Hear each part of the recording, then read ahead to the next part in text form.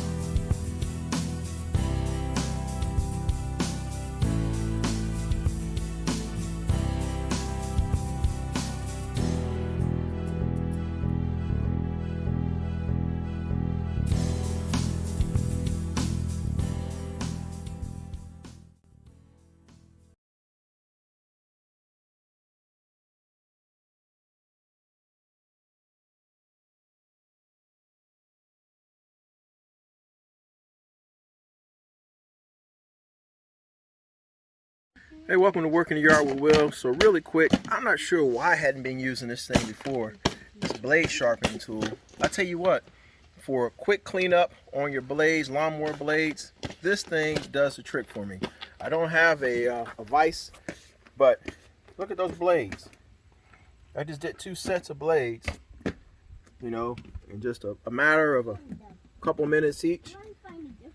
I haven't verified to make sure that they're at the right angle of 30 degrees or anything, but just looking at them from a side profile, this little tool works for me. So hey, just a quick tool review of the blade sharpener. I picked it up at that particular store you see in red and white font, and it worked out pretty good for me. So hey, check it out. If you got blades that haven't been damaged too bad, go ahead and take a look at them. Working the yard with Will. But as you see, all of this old grass in the bottom here caked up. I did the washout earlier and that worked out pretty good, but I still got a lot of dead grass in here. If you don't get this dead grass out of here, it eventually erode your deck. Erode meaning cause rust, put holes in it, and then you got to replace the deck. And so you don't want to do that. So take the time, clean it out. If you do it daily or weekly after you cut your grass, do it. But at a minimum, take a look at it every couple months to make sure your deck is clean. All right, just continue to do some cleaning here. All right, there you have it. Is it perfect? No.